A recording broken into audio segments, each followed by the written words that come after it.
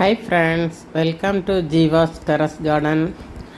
நம்ம இந்த சீசனில் இது உரம்லாம் நல்லா காய போட்டு அதுக்கு பிறகு தான் நம்ம செடிக்கு கொடுக்கணும். நான் அதில் சாணி வாங்கி, அதாவது கவுமனுவர் வாங்கி ஒரு கோணியில் கட்டி வச்சுருந்தேன். அதுக்குள்ளே இவ்வளவுக்கு காண்டாமிருக வண்டோட புழு, இதுதான் தென்னையை பாதிக்கும் புழு. இது நம்ம சாணியை நல்லா மக்க வச்சு தரோம். இப்போ பாருங்கள், சாணி நல்லா மக்கிட்டு, ஆனால் அதில் நிறைய புழு.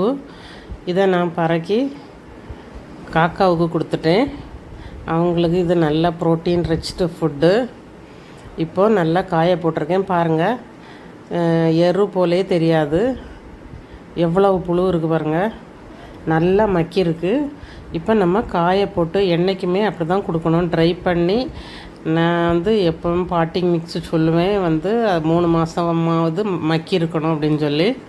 பாருங்கள், நான் அதில் ஒரு ஹாலோ பிளாக் வச்சுருந்தேன், அதில் போய் ஓட்டை போட்டிருக்கு. அப்போ எவ்வளோ ஸ்ட்ராங்குன்னு பாருங்கள். நம்ம செடிக்குள்ளே வச்சோம்னா செடியை எப்படி நாசம் பண்ணோம் அப்படின்னு சொல்லி, அதனால தான் அந்த வீடியோ உங்களுக்கு அப்லோட் பண்ணியிருக்கேன். தேங்க்ஸ்.